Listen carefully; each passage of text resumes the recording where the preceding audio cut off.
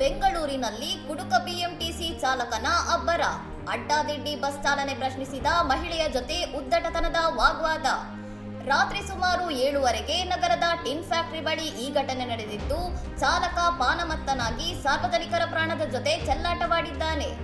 KA 57 F3660 ನೋಂದಣಿ ಸಂಖ್ಯೆಯ BMTC bus ಇದಾಗಿದ್ದು, ರಸ್ತೆಯಲ್ಲಿ ವಾಹನವನ್ನು ಅಂಕುಡೊಂಕಾಗಿ ಚಲಾಯಿಸುತ್ತಿರುವುದನ್ನು ಕಂಡು ಪ್ರಯಾಣಿಕರು ಬೆಚ್ಚಿಬಿದ್ದಿದ್ದಾರೆ.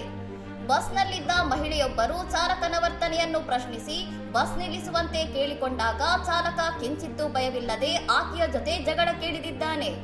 ಚಾಲಕನ ಅಸಭ್ಯ ವರ್ತನೆ ಮತ್ತು ಆತ ಮದ್ಯ ಸೇವಿಸಿರುವುದನ್ನು ಖಚಿತಪಡಿಸಿಕೊಂಡ ಮಹಿಳೆ ಇಡೀ ಘಟನೆಯನ್ನು ಮೊಬೈಲ್ನಲ್ಲಿ ವಿಡಿಯೋ ಮಾಡಿ ಸೆರೆ ಹಿಡಿದು ಸಾಮಾಜಿಕ ಜಾಲತಾಣದಲ್ಲಿ ಹಂಚಿಕೊಂಡಿದ್ದಾರೆ.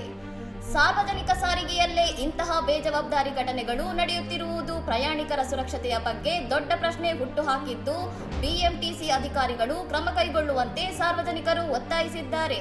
ಇನ್ನಷ್ಟು ಸುದ್ದಿಗಳಿಗಾಗಿ ನೋಡ್ತಾ ಇರಿ ಸೌರಂ ಟಿವಿ.